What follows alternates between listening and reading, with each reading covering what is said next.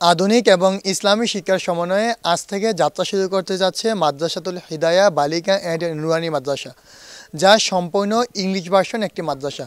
এই মাদ্রাসার যাত্রা শুরু নিয়ে এলাকাবাসী দেখছেন অনেক স্বপ্ন।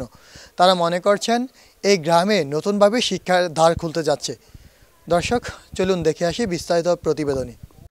কুমিল্লার মুরাদনগর উপজেলার দারুরা উত্তরপাড়ায় ইসলামী শিক্ষার প্রসার এবং নৈতিক মূল্যবোধের উন্নয়নের লক্ষ্যে মুফতি খন্দকার খালিদ সাইফুল্লাহর তত্ত্বাবধানে মাদ্রাসাতুল হিদায়া বালিকা অ্যান্ড নুরানি মাদ্রাসা আনুষ্ঠানিকভাবে যাত্রা শুরু করেছে।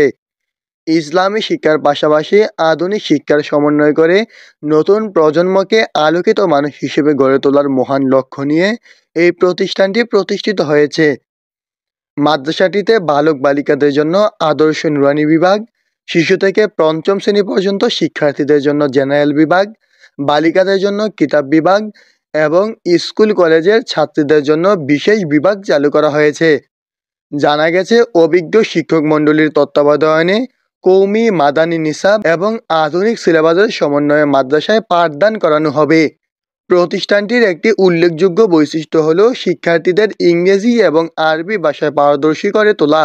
শিক্ষার্থীরা যাতে ইংরেজি ভাষায় অনর্গল কথা বলতে পারে সে লক্ষ্যে বিশেষ প্রশিক্ষণের ব্যবস্থা রয়েছে।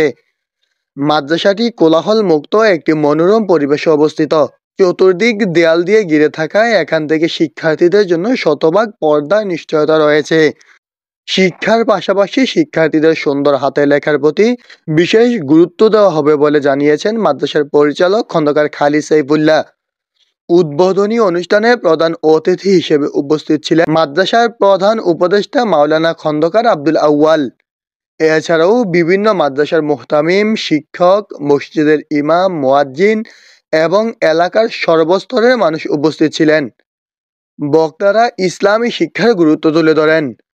তারা মনে করেন ইসলামী শিক্ষার মাধ্যমে নৈতিক ও মানবিক মূল্যবোধ সম্পন্ন সমাজ গড়ে তোলা সম্ভব।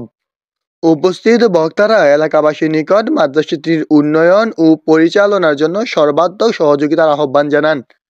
তাদের বক্তব্যে উঠে আসে কৌমি ও আধুনিক শিক্ষার সমন্বয়ে পরিচালিত এই মাদ্রাসাটি নিয়ে নানান সম্ভাবনার কথা। এলাকাবাসীও সহযোগিতার আশ্বাস দিয়েছেন। উদ্বোধনী অনুষ্ঠানের শেষে মুনাজাত অনুষ্ঠিত হয়।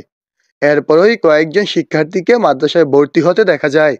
প্রচলিত শিক্ষা পদ্ধতির বাইরে গিয়ে এই মাদ্রাসাটি নতুনভাবে এক শিক্ষা পদ্ধতি চালু করবে বলে আশা করছেন এলাকাবাসী। মাজহারুল ইসলাম নাঈম, বিকল্প টাইমস, মুরাদনগর।